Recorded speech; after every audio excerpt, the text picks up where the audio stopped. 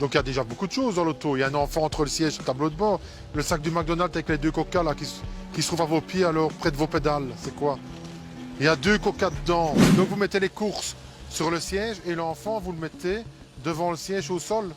Magnifique, hein, ça. Mais non, c'est parce qu'il avait les courses sur ses genoux, mais après il disait que c'était lourd. Eh bien, mettez les courses au sol, hein, mettez l'enfant sur le siège avec une ceinture. Donc vous mettez les courses sur le siège et un enfant au sol. Mettez-vous sur le côté. Je veux bien, mais là on est vraiment dans de la bêtise, hein, excusez-moi. Hein. Là on est au niveau sécurité. Vous imaginez si un accident, si un véhicule percute le véhicule de la dame au niveau du côté droit, mais je ne sais pas l'enfant dans quel état on va le retrouver. Donc l'enfant est là. La dame, quand on lui demande pourquoi l'enfant se retrouve là, elle nous dit qu'elle a effectué ses courses, qu'elle ne savait pas où mettre l'enfant. Moi, je pense qu'à un moment donné, si on n'a pas de place pour mettre l'enfant, bon, on n'achète pas de course. Voilà, coupez le moteur, s'il vous plaît. Alors en plus, votre ceinture de sécurité, ça causait course aussi? Mais non, ça je l'ai retiré, monsieur. Ah, vous l'avez retiré quand? Ben, ici, quand je savais que je devais me mettre sur le côté. Ah, quand vous saviez que vous deviez vous mettre sur le côté. Mais vous attendiez toutes les voitures l'une après l'autre. Et vous avez enlevé à ce moment-là votre ceinture. Dites, madame. Mais si, monsieur, parce que j'étais tellement chargée par tout Oui. côté et tout ça. Oui, d'accord. Tout Ben, le temps, je mets ma ceinture. Oui, bien sûr, bah oui, je sais bien. Et puis, si vous regardez dans vos caméras et tout ça, tout le temps, j'ai ma ceinture. D'accord. Est-ce que je peux avoir les documents du véhicule, s'il vous plaît? Vous ne trouvez pas vos documents, madame? C'est bizarre parce que mon fils, il avait toujours tous les documents. Je peux lui téléphoner, monsieur? Ben oui, vous pouvez téléphoner, mais j'espère surtout que vous allez les trouver. Mais vous n'êtes pas fort convaincant, hein. Moi, c'est ça qui m'ennuie le plus, hein. Donc, moi, si on ne trouve pas une carte, vu votre dynamisme à me répondre que vous ne savez pas et tout ça, moi, la voiture, elle va partir sur des dépanneuse, hein. Je vous le dis. Moi, je veux bien, ça fait quand même 20 minutes maintenant qu'on attend. J'ai accepté de vous appeler. Moi, j'ai toujours pas de carte.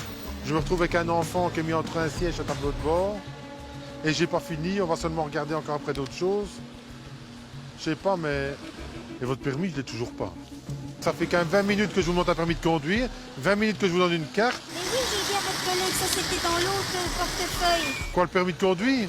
J'ai perdu ma carte d'identité, mon truc, tout était dans mon autre portefeuille. Donc vous n'avez pas de carte d'identité ni de permis de conduire. Et encore une fois, c'est moi qui dois faire les vérifications pour savoir si vous êtes titulaire d'un permis de conduire. Alors, ça ici, c'est quoi? Pourquoi, monsieur? Donc il y a déjà beaucoup de choses dans l'auto. Il y a un enfant entre le siège et le tableau de bord.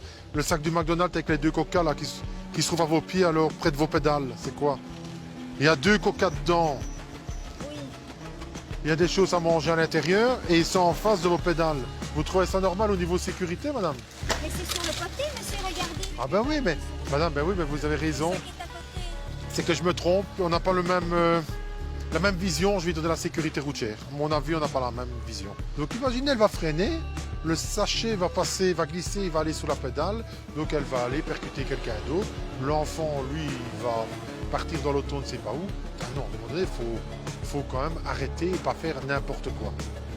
Vous devez faire attention, madame. Oui, monsieur. Mais vous voyez, finalement, on a tout, monsieur. Hein. Donc on était en offre, hein, monsieur. Vous allez éviter une saisie, mais pour le reste, madame, ça, je suis désolé, hein. Vous allez avoir un procès verbal. Hein. Madame a été verbalisée donc au niveau du port de la ceinture. Donc pour elle déjà, parce qu'elle n'était pas porteuse. Au niveau de l'enfant, étant donné que l'enfant de 10 ans, c'est pas lui qui est responsable, c'est elle qui est civilement responsable. Et elle va être verbalisée pour d'autres choses, étant donné qu'elle n'était pas porteuse de sa carte d'identité, elle n'était pas porteuse non plus de son permis de conduire. La dame bien gentille, hein, ça je ne vais pas dire le contraire, mais à un moment donné, la gentillesse c'est quelque chose, et le respect des lois et du code c'est autre chose. Madame, alors, je ne sais pas ce que vous allez faire. Il y a 2 solutions. Ou le garçon par rapport à vous, c'est votre frère. Ou vous reprenez votre frère et vous allez à pied à la maison.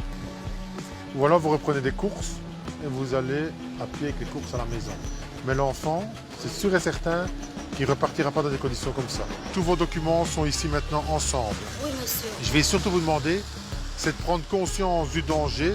Aujourd'hui, c'est un contrôle où vous êtes verbalisé, mais j'aimerais bien surtout que vous preniez conscience du pourquoi.